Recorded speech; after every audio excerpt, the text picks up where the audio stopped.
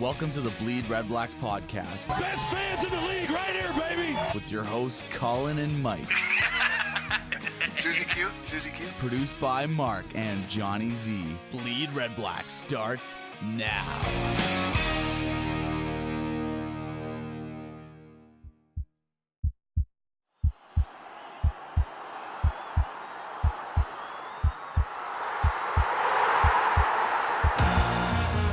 BleedRedBlacks. Gabriel is open in the end zone. Touchdown! The Ottawa fans and players are going crazy. Your number one podcast for all things Red Black. It's complete on the near side. Sinopoli makes the tackle into the end zone. Touchdown! It's Brad Sinopoli. Every season, Back to pass throws. It's intercepted. And this is going to be a pick six into the end zone for a touchdown. It's Jarrell Gavins. Touchdown, Ottawa! all season. First and 10 Ottawa for the BC 30. Here's Burris throwing into the end zone. Ellingson. And it is caught. Oh, what a catch by Greg Ellingson.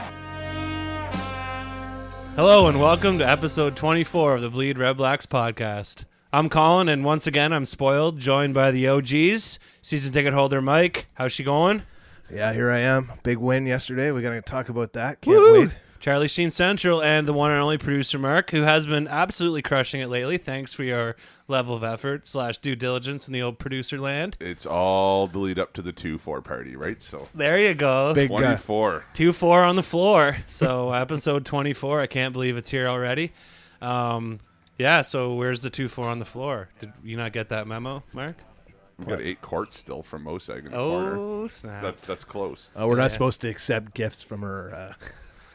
Anyways, that's another. That's in my other. That's in my actual work contract. Forget about it. Yeah. Read the waiver before you open your trap next time, Mark. Would you? Winning, but playoffs, baby. Not only playoffs, hosting. Yes. We're going to be hosting a playoff game for the first time since the early '80s, and we can thank those Western Twins that were present in the Hammer for that just field goal kicking bonanza. What a game! Yeah, the punt that never stopped. Yeah. There was a series of plays during that game where we repunted 3 times. It was a fascinating. It was actually a riveting game, to be honest with you. I'm not Yeah. gonna lie to you. The first leg of this, what do you call that in soccer when they do the? It's like an aggregate based home. There, and home yeah, or yeah. something. That's the word. I was looking for that. Yeah, that it's like a championship Euro football game. Yeah. So one of those times where running it up is totally legit, right? So Yep. we'll talk about that in the game recap. But there was a weird scenario at the end of the game where your fundamental football changed a bit because of that aggregate factor. So that was pretty cool. So I don't want to say speaking of not cool, Blue Jays got their dreams crushed. And then they let the man go who got them there. So that's just so Toronto, like I was going to say that's so TFC, but it's true. Like, anyways, thanks Alex for putting an amazing team together for us, and hopefully the new regime can bring it. And KC won the pennant last night, so good on them. I heard AA's just been holed up in his $1.5 million condo in Toronto, rewatching Moneyball over and over and over and over again. Yeah, so he'll land on his feet. That's I'm sure he will. He's just like a cat, right? Yeah, and he'll land somewhere for big money. He'll go turn around the Philadelphia Phillies, maybe. Who knows? That would be, like it'd be a story to tell. Now, this is obviously a rumor, but I'm going to tell you anyway. I heard he was actually meeting with the Ottawa Champions group at Via Station. It's just a rumor. I don't know. I heard some guy telling a bus driver on the 97 this morning. So local informant, I don't know. I'm not biased. Yeah. I take everyone's opinion. Was the that guy same wearing regard. a shirt like yours? Oh, he actually had his underpants on the outside of his jeans, but The can't old win them all, right? the old LaRush fastball league will never be the same once Alex takes over.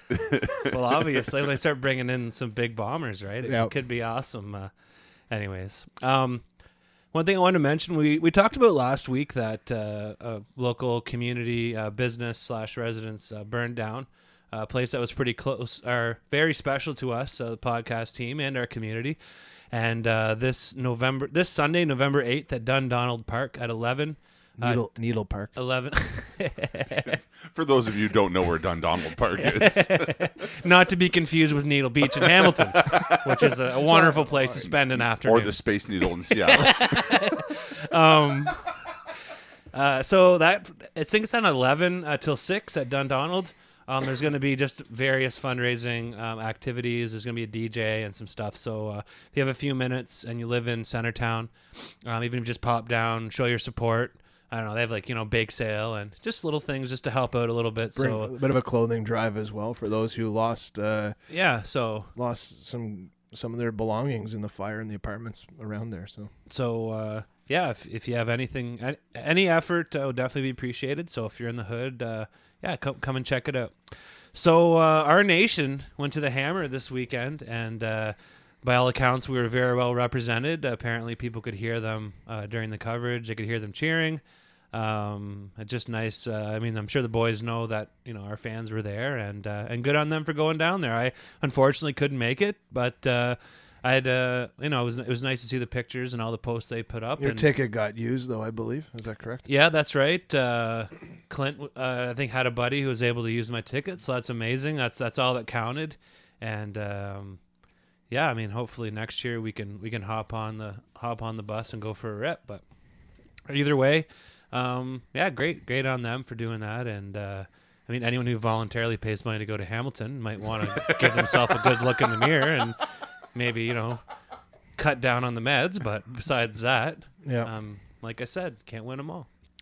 So Halloween was this weekend. That was pretty awesome. Mark dressed up as I know all you said was I went bowling and I had a onesie on. So maybe you so for those people that don't that want to kind of live vicariously through a 33-year-old hipster, Mark, tell me about your Halloween. So I of course didn't really think about Halloween too much. I'm being 33, I'm just, I'm not big into the planning my costume months in advance. So I figured I'll just go the day of, pick something up. So I went out on Maryvale to one of those Halloween stores and realized that I wasn't fitting into any of the sexy insert noun here costumes. So I ended up going into this store with my girlfriend, and they advertised onesies, and she's like, no, you got to try one of these on. So I found the largest one they had in the store because I'm pretty sure they were meant for women to begin with. So I ended up going as a pink owl for Halloween, which was a huge hit at the bowling alley in Westboro. Amazing. You know what? I had a great time. So my bank account was a little bit thinner when I woke up the next morning, but these things do happen. Did you go trick-or-treating in Westboro? Because they got prepaid debit cards they give out. And tickets to you know West. what? I kept Blues getting Fest passes. these quinua wraps and all this fair trade organic coffee and stuff. I'm just like, seriously? I'm egging your house tomorrow. how do you know somebody went to Westboro for Halloween? I'll ask you that question. Don't worry. They'll tell you. They'll tell you. Told you so. I told you so. No, they don't actually throw eggs there. They have like a non. Oh, they do. They're free run eggs, right? Anytime they soap your windows, it's all that organic soap that you can buy. Biodegradable. Yeah, And it's unscented and uncolored, so you straight up can't even tell. I didn't even know my windows were. Let's put it this way: Whole Foods loves the pranksters in Westboro. And if you rolled into my neighborhood, the lights were off and no candy left out for the kids. So That's perfect. right. Well, that's okay. I'm the Grinch that stole Halloween. I stole it. Stole it. So I don't know about if you guys know this, but I like this team called the Cincinnati Bengals. No kidding. Yeah, they're currently 8-0. In case you haven't heard. Yeah, rub it in. I'm going to the game on Thursday, and every time I think of Cincinnati, obviously I think WKRP, right? So I'm definitely going to do my best to, if not bring you guys back WKRP merch. Worst case, like Les Nessman Turkey Toss Just t-shirt. don't try and fly back with chili for me. Like, seriously, that's not going to keep at the airport. I don't know if you've heard about Cincinnati chili, but it barely keeps like 5 minutes after they've served it to you. It's like a cinnamon-based spaghetti sauce. Yeah, almost, I've heard it's really, like I've never eaten it, but I've heard it's really bizarre tasting. Like, it's not chili-esque. It's kind of like imagine the pasta you'd get if you ordered it at like a hospital, right? Except the pasta sauce has cinnamon, like a cinnamon flavor in it. It's pretty highbrow stuff there in Southern Ohio. I know they take themselves seriously. I just I've heard. Who does? People from Cincinnati? Have you ever been there? I've driven through it. It's Hamilton 2.0, really. Let's be honest. Yeah, basically, if Hamilton got really drunk and hooked up with Cleveland one night and then forgot about what happened 9 months later, Cincinnati would pop out. and Andy Dalton would be still standing there. That look on his face, you know what I mean? Yeah, just. Anyways, I give them a hard time, but I'm proud of their successes, and I had to suffer through the 90s that were just deadly. So, anyways, The AFC North is You've earned it. The AFC North is cyclical. It's cyclical. I'm telling you, it's all gonna come around again. well, aside from the Browns, like let's be honest, there's no cycle. There's no cycle for the Browns. Yeah, once you die, it's it. So Mike and I are doing our best to not only stay motivated, keep this podcast rolling. So we've developed this little mantra that we've been kind of using. It's our happy place. And it was 4 podcasts, 4 wins, 1 parade, shut her down. It's now 4 podcasts, 3 wins, 1 parade, shut her down. So we're progressing in the right direction. And 3 wins, 1 parade, shut her down. That's pretty much it, right? Yep. So windmill bagels, obviously, will get slammed in there somewhere. But It's been a Windmill Productions show. yeah, obviously. I can't wait. I cannot wait. There's a rumor going around. It's a little better than the one I heard on the bus in regards to whatever the other shit I made up earlier. Apparently, the one and only Santino Filoso is making a return to the Great White North. And I don't know when this is happening. I don't even know why though. Why. Yeah.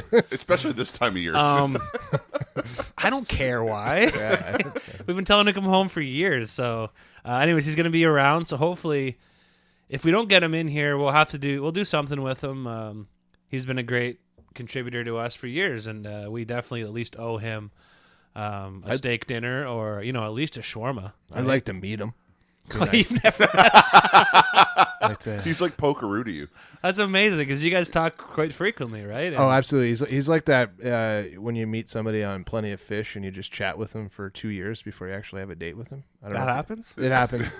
Or OK Tell Cupid. us more, Mike. Mike, I think you're doing it wrong. Yeah. Or OK Cupid. It's just been a long internet relationship with Santino. Mike's Tinder picture is just a huge sub of text just telling his story. We laugh. No, but I feel like I've known him for a long time. I just haven't met him. It's one of those we chat all the time. It's just a constant. Well, it's weird, right? Like I think you and I are both the same. Whereas we don't really like a lot of people, just straight up. No. But something about that guy, we really like that guy. He's legit. He's smart. He's socially aware, and he loves his football. So I mean, it's pretty good.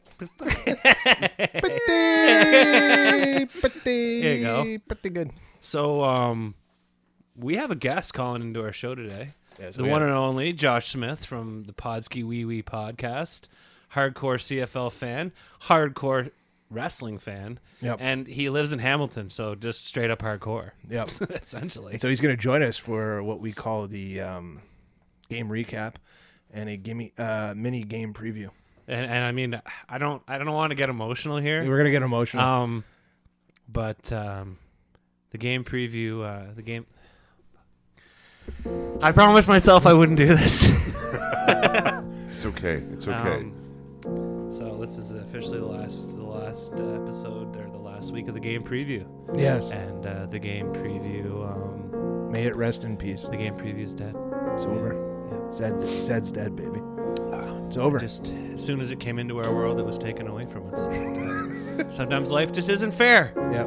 But can't take away the memories that game preview gave us, and you're my boy, game preview. I close my eyes. Anyways, in all seriousness, whatever. We're not doing a game preview anymore because basically it sucks, and it's so inaccurate, and we had fun doing it. There was no illusion that we were doing it before on the Thursday, but the illusion was we were sitting in here doing it on Monday. And the thing is, like, when you say illusion and use air quotes every time, that's kind of, I don't know about that illusion, but once we got called out on Twitter a few times, and they're like, yeah, we know you're doing it on Monday. I'm like, damn it. Anyways, so next year we have some other plans. a few other changes, pretty severe changes next year. The show's going to be a lot different. Hopefully for the better, obviously for the better.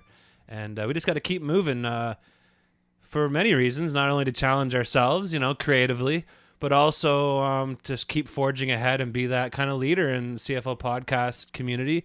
We have a lot of competition right now. A lot of people are doing working really hard and putting out some really good product, and we are just feeling the pressure, which is great. We're not only self-motivated, but just motivated to stay top tier, and we're ready to put in the effort to do so, and changing it up will be a fun challenge for all of us. It's a huge deal for us. We signed that mega 2-year contract with 3DCrystal. .com. That's right. And,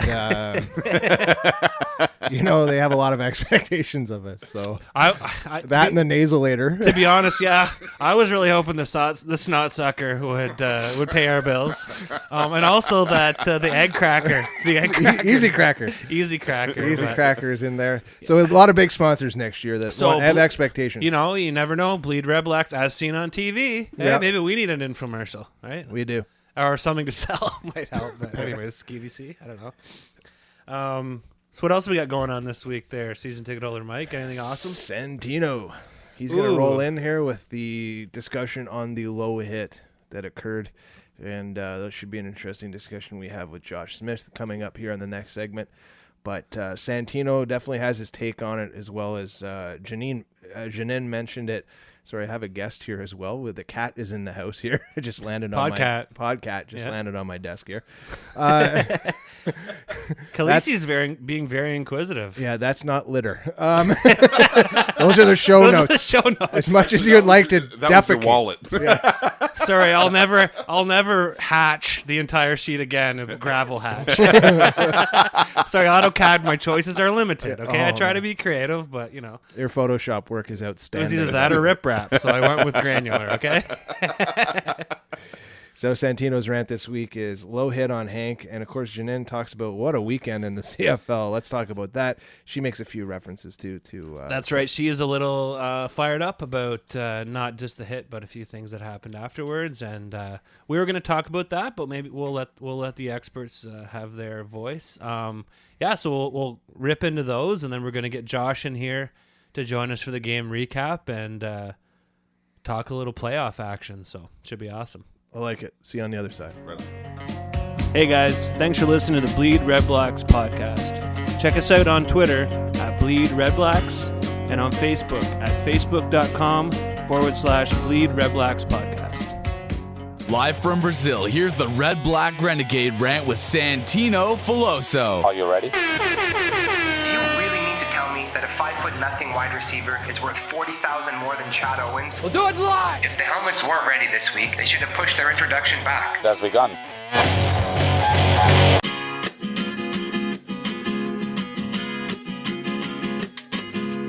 Late in the first quarter of the Red Blacks win at Tim Hortons Field, linebacker Simone Lawrence hit Henry Burris low as he rolled out of the pocket and threw an incompletion. Let's get this out of the way immediately. I completely understand that because he left the pocket, Lawrence was technically allowed to hit him anywhere minus the head. That being said, the low shot to Burris's much publicized injured left knee was a dangerous hit, and Lawrence knew exactly where he was hitting him. End of story. The rhetoric spewed by Ticat fans defending Lawrence on social media is funny to the point of being pathetic. In their eyes, it was a totally clean hit, with the contact completely on Burris's hip. In reality, unless Burris's hip is a foot lower than most humans, Lawrence's shoulder initiates contact slightly above Burris's knee, but his forearm goes directly into the knee. Additionally, after delivering the blow, Lawrence made sure to hold on to Burris's legs, ensuring they took a good twist before finally letting go. The majority of the TSN panel agreed it was a dirty hit, alongside former CFL, MOP, and ex-Renegade quarterback Kerry Joseph, who chimed in on Twitter that the hit was completely unnecessary. But I guess Ticat fans are bigger experts than all of those guys. In fact, because it was such a clean, legal, and necessary hit in their eyes, I'm sure they'll have no objections whatsoever next season when in his first game back from a knee injury, someone nails Zach Collaros the exact same way. Leading up to the game, the biggest biggest story of the week was Burris's playing status and the health of his left knee. Many, myself included, didn't expect him to suit up, but not only did he play,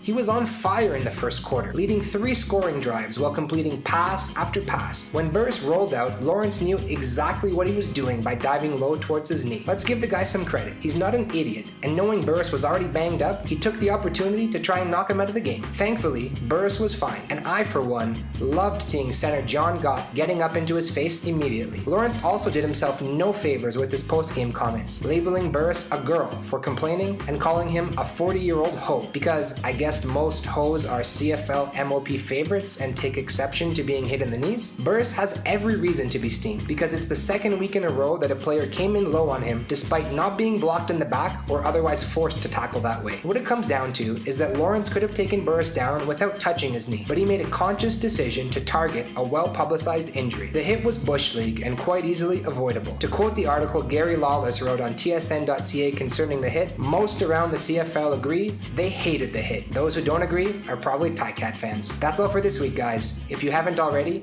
join or donate to our Movember team today. Lastly, make sure to rant back at Red Black Gade and remember to bleed Red Blacks.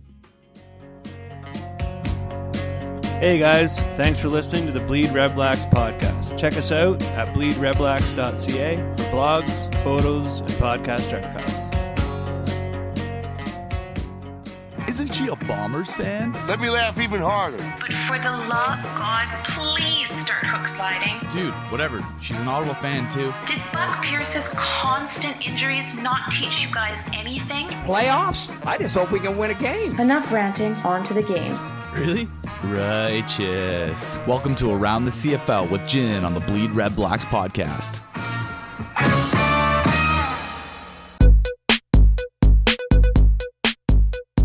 2 weeks left in the season and plenty to sort out before the playoff picture firms up. Up first in Week 19, the BC Lions traveled to Toronto to take on the Argonauts on Friday night. With Winnipeg on a bye week, all BC had to do was win this game to knock the Bombers out of the playoffs, and then they would only be competing against the Montreal Alouettes. The Argos have been sliding backwards lately, so much so that Milanovic decided to put Ricky Ray in this game, hoping that his veteran quarterback could breathe some life into the boatman. The head coach says this is the hardest decision he has ever had to make, and watching Ray play, I can see why. There is no way that his shoulder is 100%. With the exception of one 24-yard touchdown pass to Phil Bates, who played in his first CFL game, by the way, Ray didn't look like his old self. He didn't have awful numbers. He ended the night 26 of 38, 227 yards, 1 touchdown, 1 interception. It's just that he had no real deep bombs, and I just don't think he looked comfortable with that shoulder. Jennings' stat line is also looking a little less impressive than it has. Maybe it's because teams are getting more and more film on him. But what I like about him is his ability at such a young age to bounce back after a bad play, like on his first touchdown drive of the night, which came after he was intercepted the drive before. He finished the night 21 of 33, 259 yards, 2 touchdowns, and 2 interceptions. And although momentum swung back and forth all night, BC was able to hold on for a win,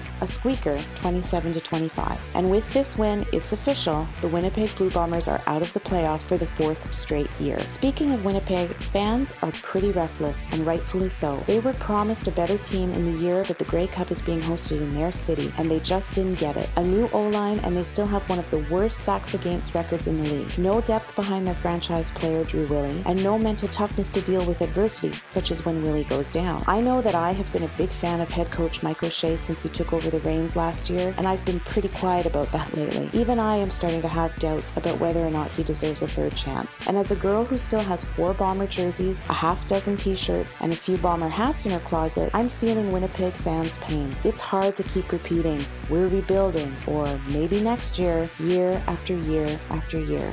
It's the same old story, and it's getting old. But back to the games. Saturday afternoon, the Saskatchewan Roughriders headed to Calgary to take on the Stampeders. To keep pace with Edmonton and possibly have a shot at number 1, the Stamps needed to win this one. Good thing they were playing against the Riders. Milt Steele and the TSN panel made a big to-do about how no game is ever meaningless, even when you're out of playoff contention, because it's a chance chance for the guys who want to be back next year to showcase their talents. And the Riders did get some good play from guys like Naaman Roosevelt, who reeled in a late touchdown, and new kicker Tyler Krupinja, who was perfect on the night. But to quote Glenn Suter, that Saskatchewan secondary continues to be a hot mess. They allowed Bo Levi Mitchell to throw 3 touchdowns, 2 to Eric Rogers and 1 to Joe West, and no interceptions. On the ground, Jerome Messam squared off against his old team and racked up 121 yards. The Riders just could not muster anything special against the Stamps, who ran away with this one with a final score of 42-19. Sunday afternoon saw a doubleheader starting with the heart-pounding game for first place in the East between the Red Blacks and the Tiger Cats at Tim Hortons Field. I know that the guys will tell you everything you need to know about the game, including the low hit by Simone Lawrence on Henry Burris that got fans and players alike pretty riled up. Whatever you think of that hit is fine by me. What isn't fine by me is the language that Lawrence used to describe Burris off camera. Specifically, he accused Burris of, quote, acting like a hoe, end quote, for complaining about the hit. Later, in a locker room interview that was posted to Twitter by Drew Edwards, he tempers his language but says that Burris is, quote, acting like a girl, unquote, by not wanting to be hit. The league does a lot to show women that we are valued members of the CFL family, like the October campaign to raise awareness of women's cancer research, or the no tolerance policy on family violence released earlier this year, which is why I hope that they have taken notice of Lawrence's language and that they make it clear that this is under no circumstances acceptable. It might not sound insulting to you, but these are sexist comments, plain and simple. They perpetuate an archaic view of women as weak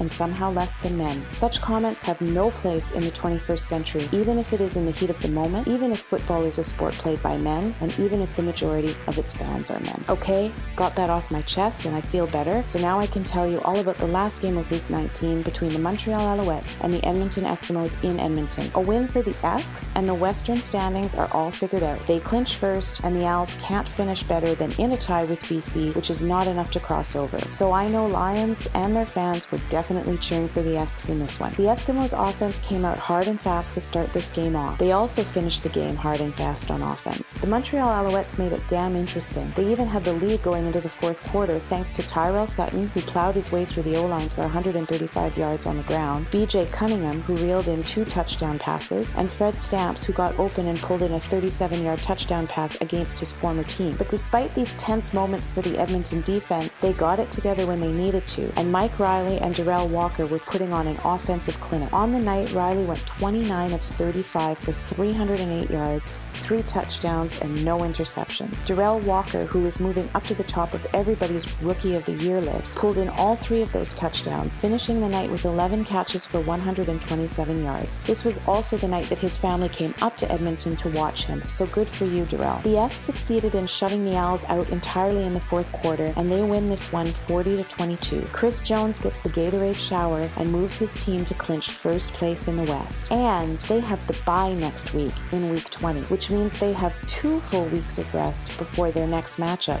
which will be the Western Final. I started the weekend thinking I needed a degree in advanced math to figure out the playoff landscape, but things are much clearer now. For the Western teams, next week's matchups don't matter at all. Edmonton takes first and hosts the Western Final on November 22nd. Calgary clinches second place and will host the November 15th Western semifinal against the BC Lions, who will finish in third place in the West and are no longer in danger of being overtaken by Montreal crossing over. We'll get a preview of that matchup next week when the Stampeders head to BC Place to take on the Lions. In the East, thanks to Toronto's loss and Ottawa's win, the Red Blacks will be guaranteed a home playoff game, but which one they get is still up in the air. They move into first place for now, but they will meet the Tiger Cats at home next week. They cannot lose this game by more than 6 points if they want to clinch the division title. If Hamilton wins by more than 6 points, first place is theirs. Toronto finishes third no matter what happens to them in their game against the Blue Bombers next week, and no matter what happens in the Ottawa-Hamilton game. And the Saskatchewan versus Alouettes game will be no more than a battle between the bottom place teams in either division. I don't know about the rest of you, our nation, but it is pretty hard not to love this Red Blacks team. From 2-16 last year to fighting it out down to the wire for first place in the East. What a story. I hope you have your playoff tickets because I have mine. Well, that's it for this week's edition of Around the CFL. Remember to tweet us back with your thoughts about your league at BleedRedBlacks and at Ottawa J.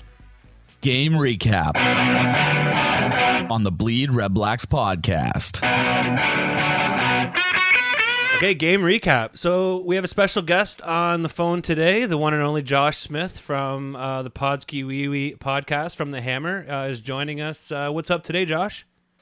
Not much. Not drinking the water here. That's about it. Attaboy. Bottled water only. How long has the boiled water advisory been on for the 905? Actually, just out of curiosity. Looking at my calendar, about 25 years, I think. Wow, your farmer's almanac is accurate. That's amazing. My grandpa'd be jealous. What was the weather that day? Chances are rain. Yeah, chances are. So, Josh, as you know, pretty important game happened in your backyard yesterday.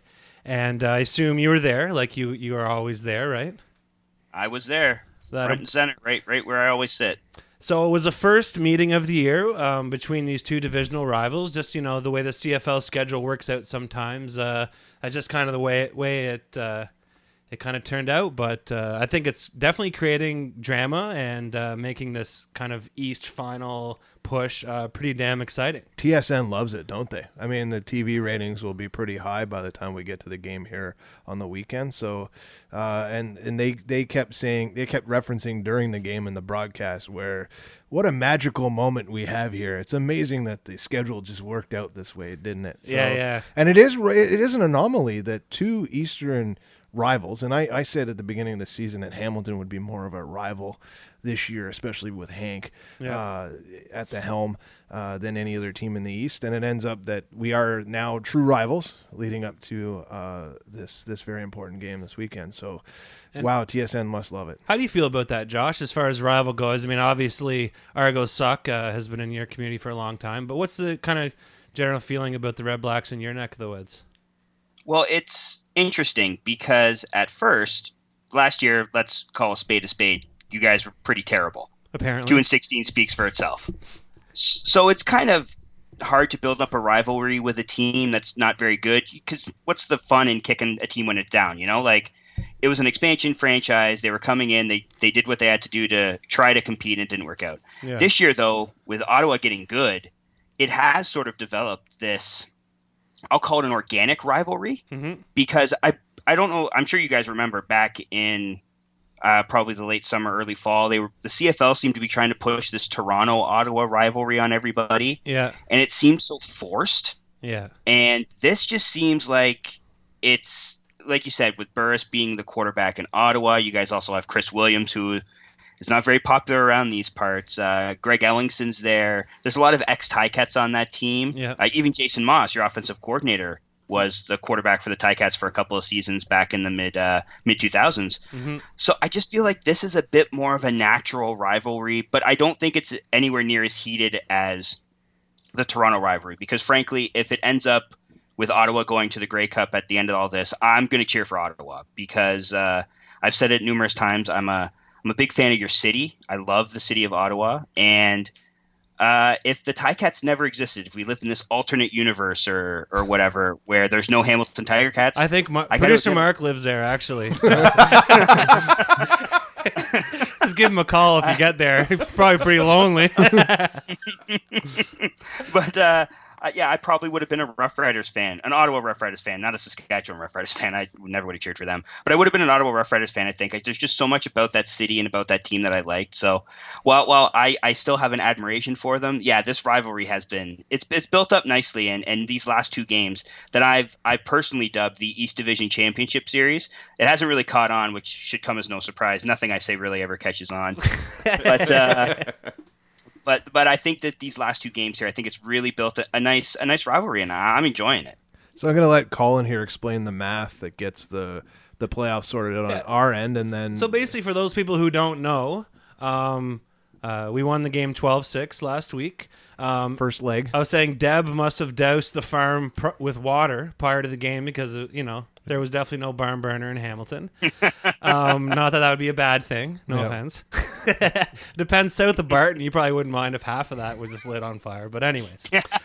Hey, keep in mind I lived on Barton Street for a while, so if you ever wonder why I take these shots, like I put my time in, bud. Okay, so you actually survived Barton Street. You got cred. East End too, bud. So you should see the homemade tats. Right by the Bedrock Bistro. Does that ring a bell? Oh yeah, I've been there. It's a great great little diner. So how many get knife stabbed. scars do you have? How many scars?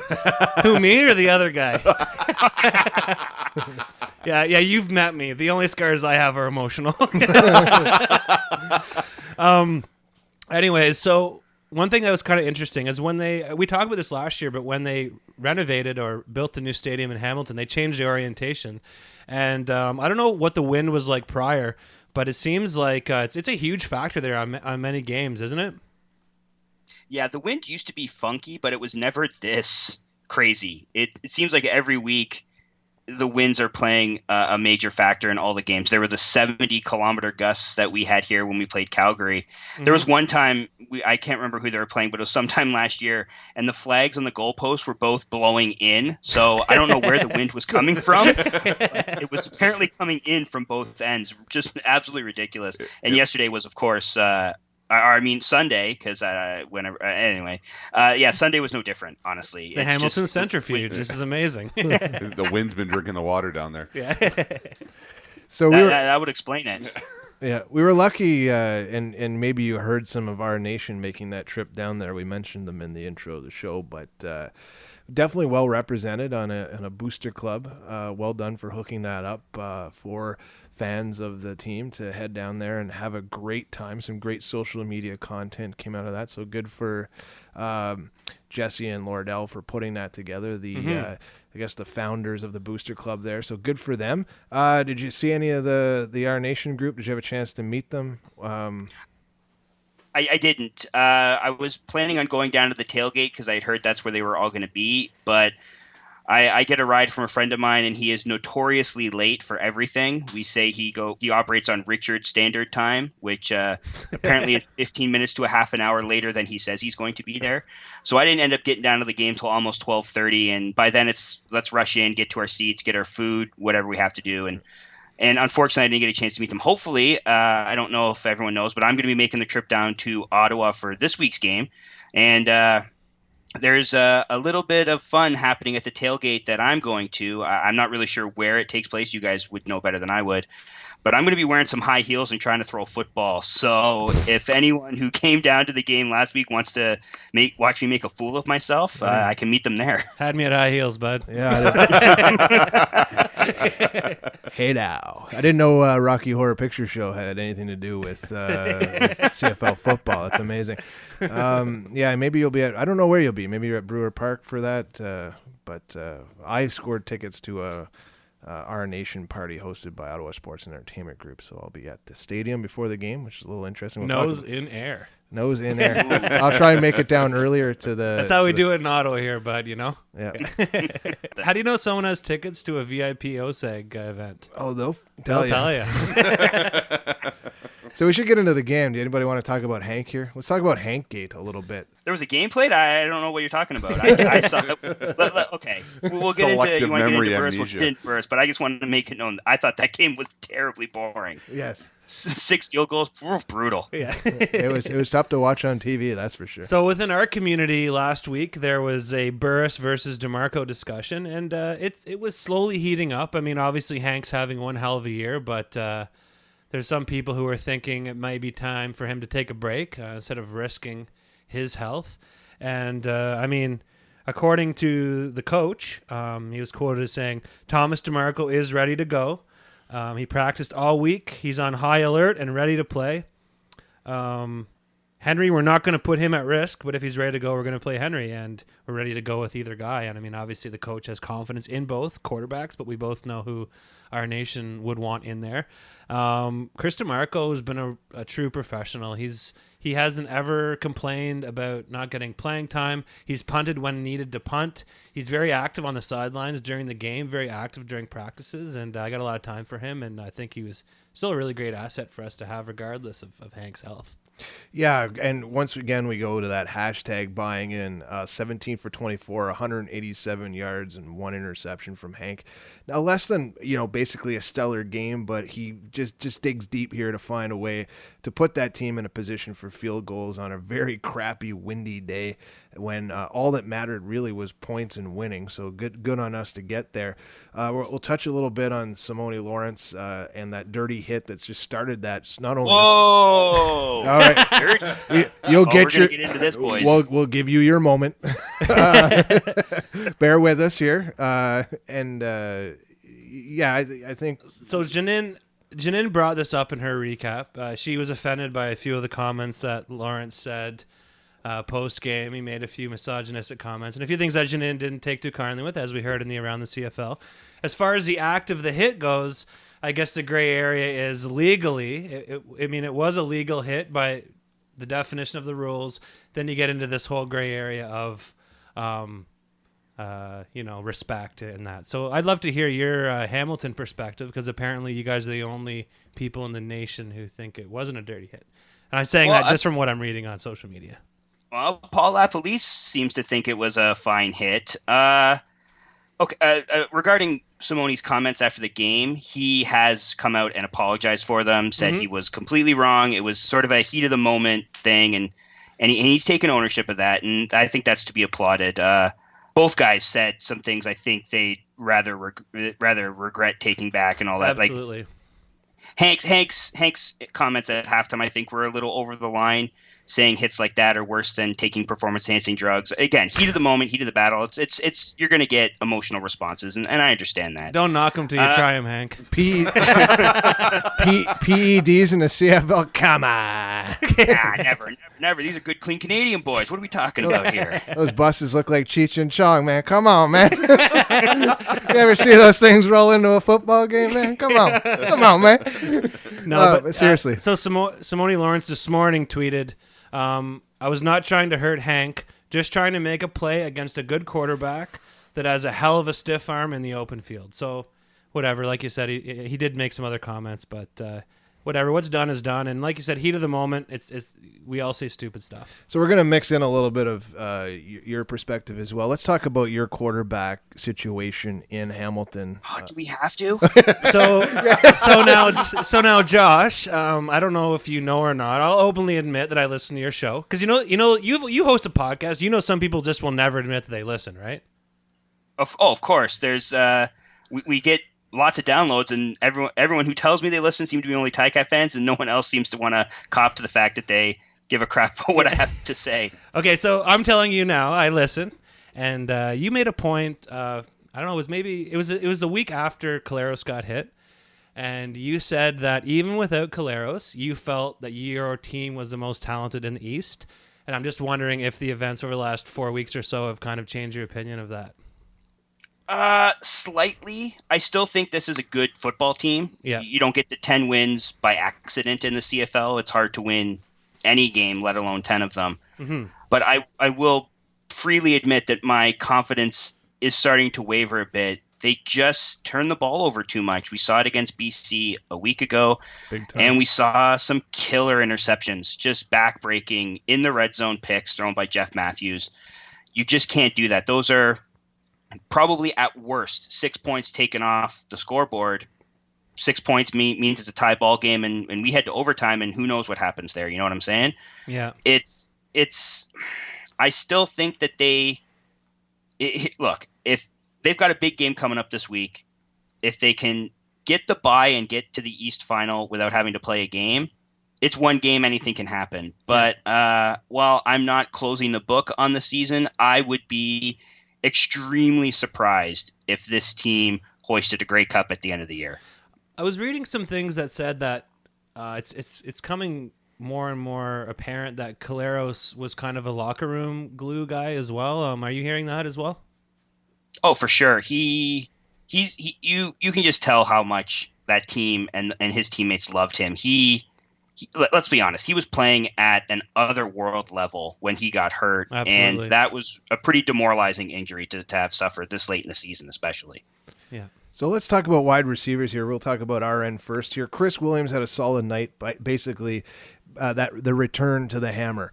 6 receptions, 42 yards. Boy, E-Jack, as we like to call him. Boy, Ernest Jackson 5 catches, 67 yards on a night that the ball was hard to catch. I mean, Williams had a few drops. There was a couple of knucklers coming in, some of those knuckleball specials, So I thought Tim Wakefield was playing quarterback for the Ticats. Amazing. On a few occasions, actually. I love a good Tim Wakefield reference like the next guy, so that's awesome. I was going to say Charlie Huff, but I wasn't sure the demographic we were dealing with. Good pull. Thanks, there buddy. we go. Oh, Josh, you're all right with me. Best knuckle curve in the business. So, third Red Blacks player, Ernest Jackson, becomes a third Red Blacks player, this year to eclipse the 1,000-yard mark. And like Sinopoli is currently enjoying their best year, basically with offensive production led by Mr. Hank. So good on this team for finding some passing lanes and getting out there and being open for Hank. Chris Williams, need we say more? I'll let Colin rip in on this guy. He's only 116 yards shy of matching his best season in 2012 with the Ticats. So, I mean, Josh, I'm sure you saw him play all those games, and aside from what he isn't offering to us in the special teams, you can't not be impressed with what he's doing at the wide receiver position. Oh, not only am I impressed, I'm not at all surprised. I knew coming into the season he was going to be one of your best receivers, if not your best receiver. I just think it was going to take a little time for him to get back up to speed. He's been gone for a while, but I'm not shocked at all that Williams is playing as well as he is. And the special teams issues, I've heard you guys talk about it because you listen to my show. I've been listening to your show for a long time, and I've enjoyed it for a long time. And I've heard you guys talking about the special teams problems there. So we don't really have to go into that. But I wouldn't put a ton of blame of the special teams issues on Williams. No. Speaking of special teams for us, Jamil Smith is back, and it was great to see Henry Burris find Jamil early in the game in that great slot position. And basically, we feel kind of spoiled here on our end because we're able to add some of those extra weapons late in the season. I like how the text I got from my co-host Colin earlier today was Jamil Smith equals recycling. And that's a big part of what this CFL is about, and being a fan of the league for a long time. It's about making sure you make the most out of the players that are on your practice roster and are out there sitting at home, whether they're in Muncie, Indiana, or Sarasota, Florida, and getting them on a plane and getting them up here, or sometimes they just drive, but they get here and they get into immediately into the lineup. So I'd say hats off to our GM for making some of that happen. And not only that, but it says a lot about the way that he left. I mean, he got cut earlier in the year, and to a lot of our surprise, we knew it was going to be a tight squeeze for him. But, I mean, he was well established here in the community, and making him go back to Indiana, I don't know. Obviously, he left on good terms because, as soon as that phone rang, he came right back. So good on Jamil for being keeping his head high, and good on the team for obviously sending him away. Maybe they gave him a care package or something when he left. I don't know, some Lunchables or something. Josh, anything you want to add, Josh, on the wide receiver end of the Ticats as we lead into the weekend here? What do we expect to see from your group? I'm really hoping you guys will see a lot of Luke Tasker and Andy Fantus. Those guys are just so sure-handed. They make those tough catches going across the middle. And we got a guy here by the name of Terrell Sinkfield who is not getting a ton of publicity outside of Hamilton. At least I haven't seen a ton of publicity outside of Hamilton. But he is having a breakout season. He's going to probably eclipse 1,000 yards, barring some shutout of receiving yards coming into this game on Saturday. But the Ticats receiving core is, I would put up there with any in the league. They are a very, very talented group. And if the quarterback play here could even be mediocre, I think these guys will be putting up much more impressive numbers than you're seeing currently. Yeah. Why don't we get into our running back a little bit here and talk about Mr. William Powell and go ahead. My magic number was hit. 15 touches equals victory. And 15 carries for 87 yards. And as Mike likes to call it, the old Fossey Corsi proves right again, right, buddy? Yeah, that's anomaly. I got to get that Fender guy to crunch that. Like 15 plus crunch touches. The numbers? 15 plus touches for your running back and how that correlates with win-loss. I'd love to see those, yeah. CFL. All right, well, I'm pretty tight with him, so I'll put a good word in for you, and I'll see what he can figure out. Because I feel like rushing yards doesn't always tell the tale. It's all about the balanced attack. It's not about the quantity. Because in the CFL, what we've seen is the teams that average the most rushing yards have the worst record. So there must be some correlation with balance, and you know what I mean. It does not necessarily yardage. I believe the correlation, and me just looking at it at the outside without crunching those numbers, is correlation is how many first downs do you gain from running. Mm-hmm. Because the running tells the tale, and if you're able to gain first downs with running, you're not only gaining field position, but you're taking time off the clock too, which is weird and special in the CFL clock management. It's such a neat concept. So, anything you want to add about running backs coming out of Hamilton that we should look forward to this weekend? Because I like how this is just merging into a recap preview. This is amazing. I don't know if you. It's a review. Oh, there you go. I have a download episode of The Walking Dead I got to get home and watch. I'm not going to lie to you. No spoilers, please. I would love to talk about running the football, but we don't seem to do it all that much. And it's surprising because CJ Gable, when healthy, is, for my money, one of the league's best backs. Yeah, we were scared of him. He's a complete weapon. And to see him utilized so ineffectively, it's a little bit frustrating if I'm being frank here.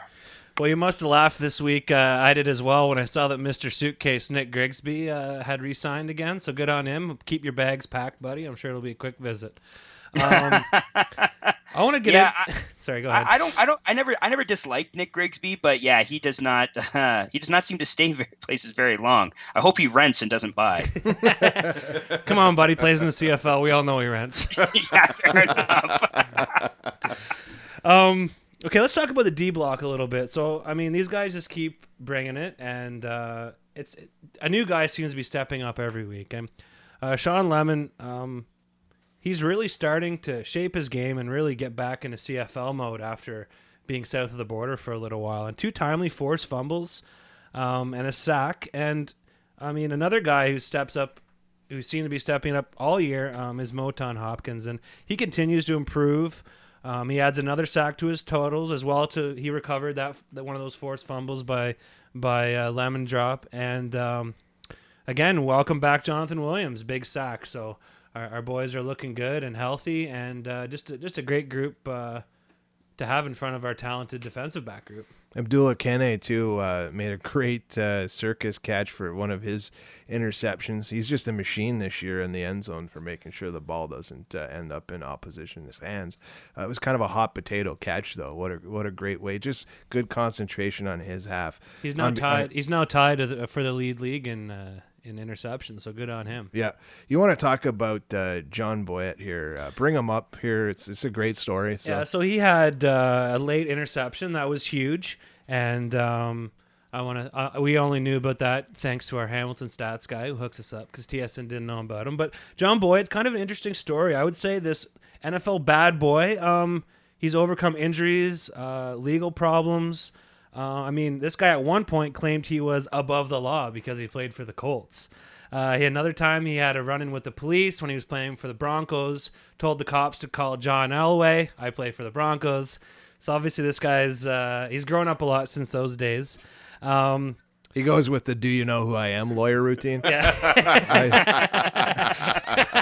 I tried that once in Morseburg. It didn't work.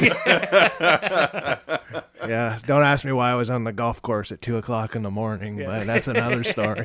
Go on. Well, you know those carts when you flip over the seat, you can open the governor up and you can go as fast as you want. So save that for the golf cart podcast. But anyways, so John Boyett, what a great kind of diamond in the rough. I think he, Sports Illustrated in 2012 put him on the All-America team. They even thought he'd bypass his last year. Anyways, so a real talented guy. Hopefully he's now matured mentally, physically. I think he has a higher ceiling than most of our existing DBs, which is scary after we've seen the improvement. And, Boyett is quoted as saying, I've made some mistakes, but I consider myself a good person with a good heart. I know he's got a special needs sister who he loves dearly and spends a lot of time with. So great guy and just a great addition to our defensive backs. Yeah, the defensive game this week, again, I go back to some of those great texts I get from our fans that know that we do the show and text me and like to have a game chat with me during the game. And some of those texts were all about the defense. Wow, geez, do we ever have a great defense? And that's all part of the process. I said at the beginning of the season, defense can win championships in the CFL, and I'm hoping it rolls that way because we're allowed to make a few mistakes on offense in that sense. We're going to roll it over to Josh Smith again, and I'll do the segue here. How does defense look from the Hamilton's perspective, and how important is it now to hold a team to points? I mean, leading up to this weekend's game, what do you have in mind for competition level? Well, you just said defense wins championships, and that's going to have to be how it goes here in Hamilton because the offense just can't seem to get out of their own way. It's tough because the defense is playing so well, but at the same time, look, they had an interception return called back on. I haven't seen the play. Like I said, I'm at the game, so I didn't really see what actually happened, but people seem to be saying that they were ticky-tack fouls, and there was another interception that was dropped. The Hamilton defense has been playing pretty well all year. Their main problem currently, though, is they just can't seem to generate much of a pass rush. And if they're going to allow Burris to sit back there and just play pitch and catch with those receivers, it's going to be a long afternoon. Mm-hmm. So that gets us into what happened with special teams this weekend, and what a game. It was a special teams phenom of sorts. At one point, we punted 3 times in a row, I believe. It was that was definitely the most exciting part of the game. It was like the world stood still, and there was a football game where the punting just never ended. It was like a sci-fi novel or a choose your own adventure where you just continued to punt the entire time. But that's the CFL for you. There's an awesome way you can tack on penalties, and it can be 2nd and 45 or whatever. So I love the rules like that. But 3 punts in a row. We were. I'm gonna let Colin talk a little bit about Money Milo here because that's the new nickname we've given him. Go ahead, Colin. And give it. Fire it up. I don't know what else there is to say. I mean, 4 for 4, and he also did an adequate job filling in for. Well, I said Paul Pfeiffer, but Ronnie Pfeffer, when he went down to injury. So, he had 7 punts for 33.4 average. I mean, pretty poor, but not bad compared to Medlock on a windy day, as Medlock 7 punts, averaging 36.7. I think Milo's day was defined by those field goals and that clutch last-minute kind of coffin corner punt, as long as the day 57 yards, that kind of pinned the Cats deep. And yeah, that was a killer. Yeah, and then, I mean, obviously the final nail of the coffin was that huge penalty that you talked about, nullifying Brandon Stewart's interception. So, yeah, those just must be tough from your perspective, right? Yeah, miscues and mistakes. It seems that when the Ticats lose this year, they're, with the exception of the BC game, they're not getting blown out. They're making just one too many mistakes on their end that are costing them points. And with the league being so tight this year, with pretty much the exception of Saskatchewan and I guess you could say Winnipeg, every team seems to be clustered in so tightly there that every miscue and every mistake is just amplified and magnified and becomes so much more deadly than it really could have been in years past. Like, we've seen teams blow out teams, but now what we're seeing is tight games where 1 or 2 mistakes and you're on the losing end when you could have easily been on the winning end. Yep. Mm-hmm. So lastly, one thing that we saw that was, new to most football fans, not new to sports fans, but is this kind of 2-game playoff, as you described it, Josh, this kind of aggregate game where it's almost like an 8-quarter game. And there was an interesting dynamic at the end of the game where it was obvious that Hamilton didn't want to give the Red Blacks the ball back. I feel like because of the playoff scenarios and implications with points, Ottawa would have went ahead and kicked the field goal, as normally they would have taken a knee. Were you still hanging around at that point of the game, Josh? Oh, yeah, I never leave a game early. I know exactly what you're talking about because there was actually discussion amongst me and the people I go with at the game, and I said, it would be interesting here. Does Hamilton decide to punt it away and not risk giving Ottawa a chance at a touchdown or a field goal? Because, as you said, this is a 2-point two-game total point series. Right. At that point, it was unlikely they were going to march down and score a touchdown or even kick a field goal. So it was definitely something that was discussed, and luckily they went for it and it didn't hurt them, but it was definitely something I was surprised that they did. I felt even it was possible that they would go ahead and punt the ball through the end zone if they were close enough, in order just to get the single point. And I surprised they didn't draw up a play where they hitched it out and somebody just tried to literally kick it through the end zone. Yeah, quick kick. A quick kick in order to get that single point. And I was waiting for that play. Like I edge of my couch going, this is it. This is going to be the again, not that I had an over under and it was well under the under, but I thought that point would make a difference. But you said it. I think we'll see more of a stellar game this weekend. I think all guns will be blazing, and I believe there'll be a shootout this weekend, and whoever finishes that shootout near the end of the game will win it. And that's my honest opinion, and I'm not just saying that because you're on the show, but this game could go either way this weekend. If there'll be a lot of pressure on the homeboys here in Ottawa to come up with that win. So we'll see what happens, and we're going to move into basically a quick recap / Yeah, I'll do a quick little game preview here. We pretty much did what did you call it, Mark? A game review? A review, yeah. Okay. How clever. That was horrible. So basically, producers. Hashtag crickets. Do you do your own? Do you do produce the show yourself, Josh? I do. That's why it sounds so terrible. Well, maybe one day we'll have to get together. You can show Mike and I how to do that. Mark's my friend. We know we got the best producer in the game, so I'm not complaining. So this weekend, what is at stake? First place in the East is at stake. We're up 6 points on aggregate. We can lose the game by up to 5 points, but obviously, insert play to win the game quote. So how it works on our end with the Red Blacks, if we win outright, straight up win this game on the weekend, we host the final game on the 22nd. Correct. And if we lose by more than 5, we host the Argos on the 15th. Correct. Now, how does that look on your end, Josh? Well, I hope you guys lose by 6 or 7, but it's basically we beat you guys and we do it by 6 or more, and the final is here in Hamilton for a second straight year. First time that'll have happened in like 30 something years. Hamilton has been pretty bad for quite a while, and if we can't get the job done on Saturday, then it's the Battle of Southern Ontario. The Argos come to Tim Hortons Field to take on the Ticats in what I'm sure will be a very hard fought and full of a lot of animosity. So either way, it's kind of interesting that we know for certain an Ontario team is going to the Grey Cup. I can't imagine we've said that a lot very recently. Yeah, amazing, right? Mm-hmm. That's awesome. Okay, let's do a little quick keys to the game offense. I'm just going to do my, you know what I'm going to say, plus 15 touches to William Powell. I mean, that goes without saying, broken record, but if it ain't broke, you know what they say. Get all receivers involved early and often.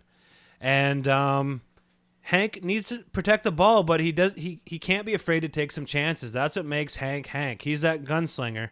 This is not the time of the year to get conservative. I agree. And I just want to reiterate that we are leading the CFL total offense, 403 yards per game, and leading the league in passing yards with 320.5. So how do you not just continue to bomb the ball down the field, right? And Josh, I'll throw to you. Give us one key to the game for the Hammer offense. Don't turn the ball over. Easy. Just don't throw interceptions. Don't fumble the bloody thing. I know not throwing interceptions against Ottawa is difficult. I believe now after this game, they lead the league. They were tied with Hamilton going into the game, but I think Matthews threw 2 and Hank only threw the 1. So Ottawa leads the league in interceptions. Just don't turn the bloody ball over. If they don't do that, then they can go to Ottawa and get that W. Keys to the game, Ottawa defense. What a segue we have here. He blocked basically. That front line has to continue to put pressure on Matthews and force him to make those bad throws so our DBs can go out there and do that wonderful work that they do, just like Abdullah Kane, who now is 3rd in the league with interceptions. I believe that number is 6. He's tied for number 1. Spot was 6. Home field advantage for us basically on defense means get up, get loud, and be proud. get the drums, the cowbells going, get the voices. Don't have any voice left when you leave there. Sean Lemon, you don't, dude. You're finding your groove. Just Matthews, be ready. The lemon drop is coming. So on your end, Josh, how do you feel about defensive play? They got to take advantage of any mistakes Hank makes. He can be prone to make a few lapses in judgment. I'm not going to use the BH word here because I know how much you guys dislike it, and I'm with you on that. I think it's a little overused, and he's been so great this year. I think we can sort of put that one to bed. But if you get him rattled, he can make those rash decisions and throw up some balls that maybe he shouldn't. But they got to take advantage of them. Like I said earlier, they had an interception clean, and it bounced off the defender's hands, and it probably would have gone for a touchdown. So if that happens, you got to take advantage of them. And one thing, if they're going to allow Powell, the running back in Ottawa, to make plays, don't give up 22 yards on a 2nd and 20 draw play, please. That draw play was fascinating. They pulled that play twice in the game. That was it was just interesting that they called it twice, and both times there was a significant gain on it. It will be a game of field position for sure, Josh. And I look at our special teams. Who's going to punt? We're not really worried about that. I think maybe. I really don't know what we're waiting on the word from the team. I know Milo's gonna do double duty this for weekend. Sure. Yeah. Okay. Yeah. How bad did the injury look on television? Obviously, we didn't really see it from where I was sitting. We saw him get Paul Pfeiffer, whatever you want to call him. We saw him get hit, and he was down and obviously in a lot of pain, and he was carried off the field. Did it look as bad as I'm thinking? Yeah, it looked pretty bad, and yeah, Winnie and Kevin both came out on the field and literally carried him off, which was fascinating to me. And the whole time Wayne just stood on the sideline yelling at them. So that's pretty amazing. Of course he did. Can't believe Kevin wore that Jets jacket either. But anyways, that's another story. So, boy, I had a few beers there on Sunday afternoon, didn't I? I'm looking forward to seeing Jamil make some of those punt returns as well this weekend. Special teams is going to be a big part of that game as we go into as we reach the playoffs. Either way, we need to get a groove going with special teams on our end. So that basically wraps up the review. So to speak, we're going to say once again, rest in peace game preview. There'll be no longer a separate download for the game preview. Yeah, Josh, you just thanks for coming to the funeral. We had Josh on one game preview, never did another one again. So yeah, it's like people always tell me I've ruined things, so I'm not surprised I killed this. So let's bring in on the CFL Pick'em here. You can hear our nonsense in the CFL Pick'em. Week 19, we roll into it. We have a side bet. If anybody's been listening, they know that between Colin and I, we are the AFC North podcast as well. Me being the Steelers fan and him being the Bengals fan, and producer Mark over there is a cheesehead. We all know that. The side bet for this, yeah, I know, rough weekend for everybody here except for Mr. Colin. I cheer for the 49ers, so it's been rough for me since about late December when Harbaugh was fired. Oh my word, I have Carlos Hyde on my fantasy team. If any insider information on that injury, it'd be great. Just email me that at BleedRedBlacks@gmail. So I have him on my team too, and that's I don't know what I was thinking. The side bet here between Colin and I is all about wearing the opposite team's apparel. And as I missed the first game of the Pick'em this week and ended up 3 for 3 with the bonus. Somehow I get the bonus even for not picking a game. I don't know how that works, but I won't deny it. I'm up, I think, 200 points on you. It's not quite, but it's gonna be a tight one. So speaking of gonna be a tight one, I don't know what size of jersey you're gonna pick for me. I don't own jerseys though. That's the problem. Well, so I'll have to go buy one. Can't you get one off of like Alibaba Express for like $19 or something? Alibaba Express. Seriously, I swear to God. Is that real? Pure Green Express has. Anyway. All right, I'm just getting my resources confused here. Anyways, CFL Pick'em. Empire Andrew with 1 week to go. He leads Rich by a little over 600 points or 500 points, and I don't know. Andrew looks like he's pretty much got it locked up. So unless Lordell, who's in third. Heater. Yeah, unless he can go on a heater. I think Empire Andrews pretty well got her wrapped up. And Mike, you and I had a pretty much dismal effort this year. Josh, how you making out in Pick'em this year? The less said, the better. Okay, I missed. You guys few are talking too. about bonus points. I didn't. There's bonus points. Like, Yeah. We I'm figured. just happy if I pick a game right. I'm happy if I remember to pick a game. That's my problem. I need like some sort of reminder that this thing exists every once in a while. I still have a Moore's Clothing fantasy team out there somewhere. I believe I got a want to win that Joseph Abboud suit? No dude about it. No dude about it, man. No doubt about it. I like the baggier, the better. They're all in the slim suits now. So I got, it's weird. And people just look like Humpty Dumpty, right? It's bizarre, especially men our age. Like, well, yeah. Skinny jeans don't work when you look like a cone. Well, I just basically. buy the regular fit in their skinny jeans. Just slide your old ham hocks right in there. A little bit of Vaseline and some coat hangers. They're like, oh, you're going to tuck your boots underneath your jeans, are you? No, No, sir. sirree, Bob. When I'm rolling around on the bed for 16 minutes trying to put on a pair of pants, they're too tight. No, you put them on in the shower and you wait 8 hours for them to dry. That's the trick, isn't it? No? Welcome to Fashion Week here on BleedRedBlacks. That's what they did before the sock hops, didn't they, back in the 50s? No? Anyways. Week 20. Josh, you want to take a stab at these last week of predictions? Winnipeg head to Toronto.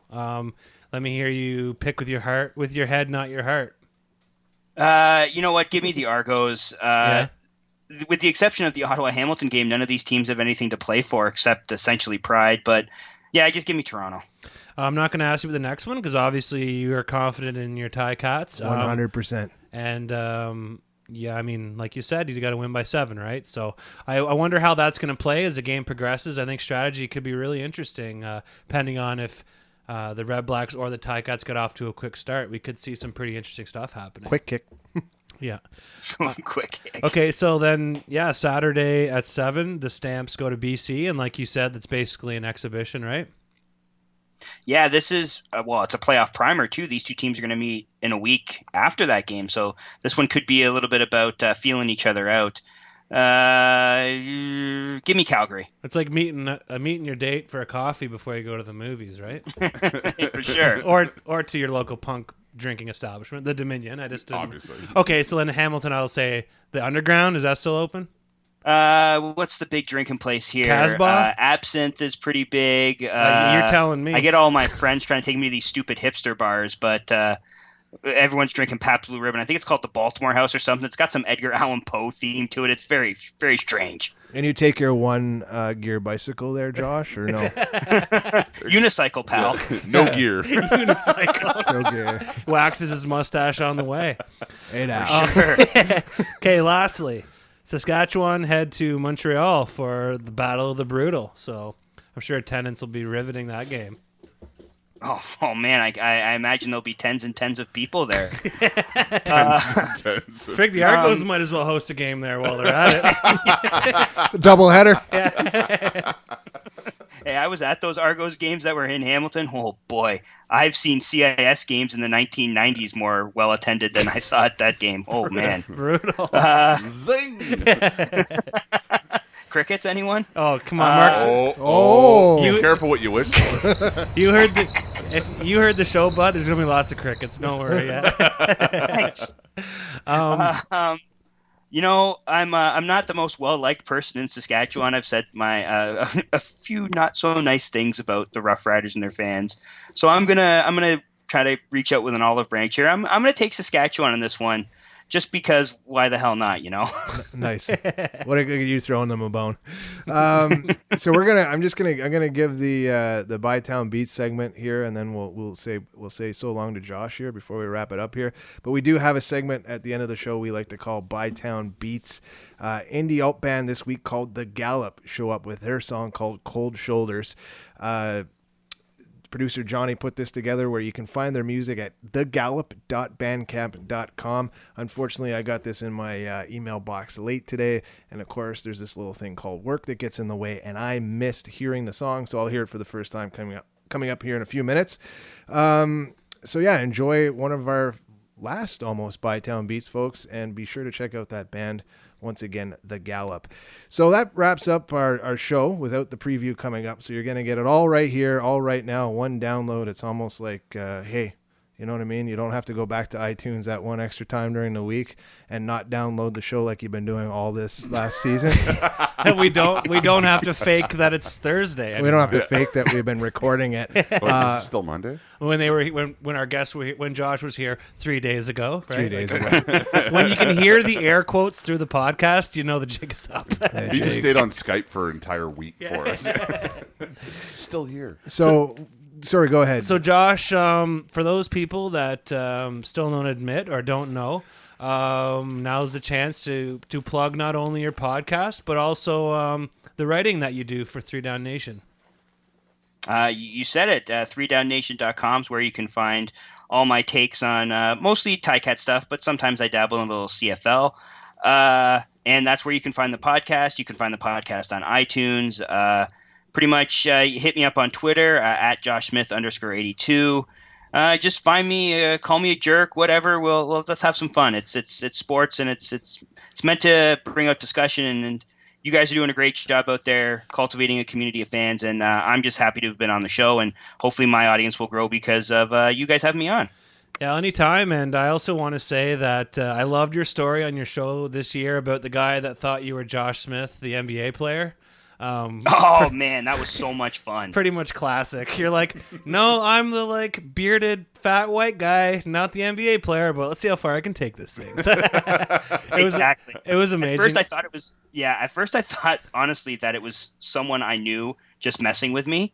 And then he just took it way too far. So I'm thinking, nah, I'm going to have some fun with this. And if it happened, I'm guessing, I think it was sometime back in July or August. If someone wants to go scroll through 10,000 tweets to find it, I thought it was pretty hilarious. I'm not sure what episode it was I talked about it on, but yeah, please feel free to find that. Because that was definitely one of the most fun times I've had sitting down. And actually, it was during a Red Blacks game. It was during the game against BC. So I guess that was really early in July. That's when it happened, and I'll never forget. It was a lot of fun. I know what it's like, Josh. I'm not Mike Smith, the goalie, or the decathlete, or any other athlete named Mike Smith. I'll leave it at that. So you're not Bubbles from Trailer Park Boys? I wish. Fucking Julian coming in here, you goddamn. Fucking Christ. So, Josh, just wondering, one last thing, what you're going for on DraftKings tonight? Probably not very high. I don't even remember where did I even end up signing? Was it Los Angeles? What does a power point guard go for anyway from the Hammer, right? Guy who sits on the bench, probably not much. Anyways, thanks again, buddy. This has been awesome. We're definitely going to get in touch with you and hopefully find a way to kind of join forces and grow this CFL community next year for sure. Yeah, absolutely. Thanks a lot for having me on. I really enjoyed it. And anytime you guys want to have me on, I will be happy to. Amazing. Hopefully I'll cross paths with you this weekend. Thanks for listening, guys. See you, buddy. Yeah. Gravy pizza. Hey-o. Josh in high heels and me bringing gravy pizza. Life is good. Thanks for listening. Cheers. Here at Bleed Red Blacks, we love our football, but we also love the music our great city has to offer. It's the Bytown Beats local music spotlight segment on the Bleed Red Blacks podcast. Today's featured artist, The Gallop.